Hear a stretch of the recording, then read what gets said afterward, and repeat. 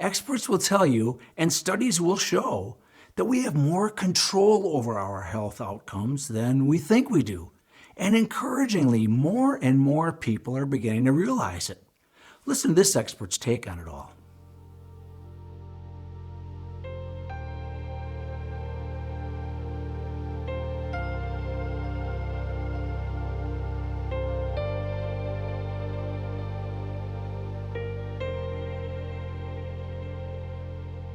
For a long time, throughout most of my career, cancer was the medical boogeyman, the thing that lurked in shadows, was unexpected, unpredictable, and just sort of jumped out and got you. Everybody kind of has the sense, I can control my risk for heart disease. Maybe I won't, but I could.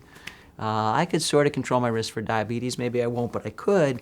Cancer, I have no control over. It's just false. It's a false narrative. And I say over most of my career, cancer was the boogeyman, because now I think to some extent dementia is the boogeyman. You know, there's more and more knowledge of cancer screening, whether that's colonoscopy or mammography, early intervention for cancer, the idea that it's a treatable disease. So in some ways now the thing that people are terrified of is Alzheimer's. That's the thing that jumps out and gets you from the shadows. It's not true in either case. So let's look at populations for a minute. There are 5 populations around the world where people routinely live to be 100 years old and don't get chronic disease. They're called the blue zones. They've been described by Dan Buettner in a series of books, popularized in articles in National Geographic where he works. And these people don't get much cancer. They don't get much heart disease, they don't get much diabetes, they don't get much dementia. And genetically, there's nothing unique about these people. They're from 5 very distinct populations. There's one population in Ikaria, Greece, one in Sardinia, Italy, one in Okinawa, Japan, the Seventh-day Adventists in Loma Linda, California, and a group on the Nicoya Peninsula in Costa Rica. They're genetically heterogeneous. They differ from one another. They differ amongst themselves. It's not their genes. It's their lifestyle, cultural environment. They eat diets of wholesome foods, mostly plants, in time-honored, sensible combinations. They don't eat hyper-processed, glow-in-the-dark frankenfoods. They walk a lot. They're physically active every day. They tend not to smoke. They get enough sleep. They're not stressed out. They have strong social interactions. Feet, forks, fingers, sleep, stress, and love every time, across the board.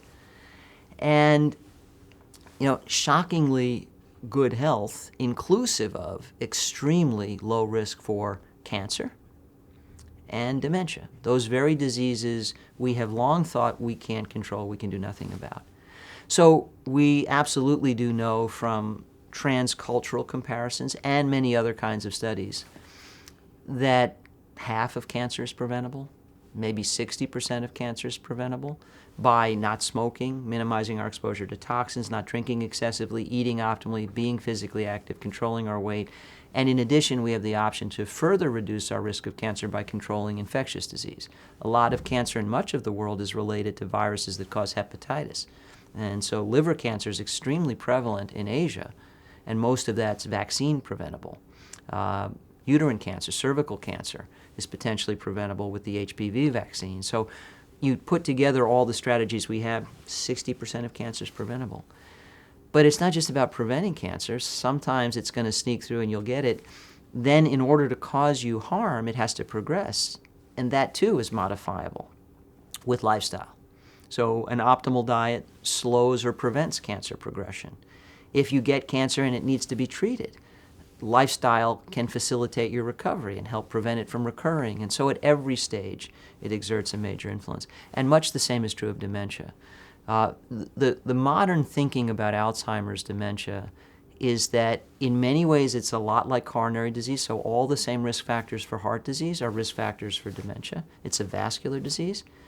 But it also looks a lot like what's called type 3 diabetes, insulin resistance of the brain. So all the same things that cause people to have high levels of insulin and then ultimately elevated levels of blood sugar, they can manifest in a way that singularly damages the nervous system and the brain. So there's a lot about Alzheimer's that looks like, wow, if you've got insulin resistance and it's preferentially affecting the brain, this is how things play out.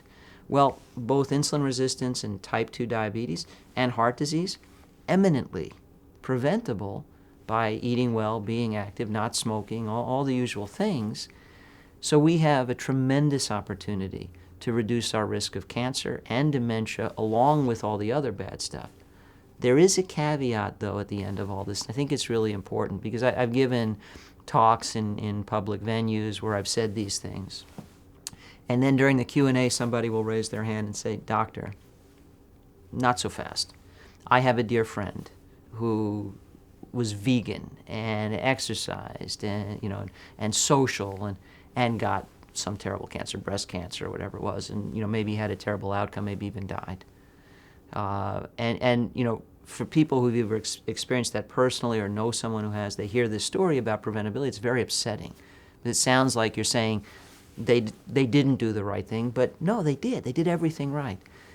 I totally get that. I totally believe it. It's absolutely true. You can do everything right and have a bad outcome. As a physician, I've taken care of patients for 25 years. It's sad to report how many times I've seen bad things happen to really good people, and it's not because they did anything wrong. It's because bad stuff happens. So what we can do is massively shift the probability of good or bad outcomes.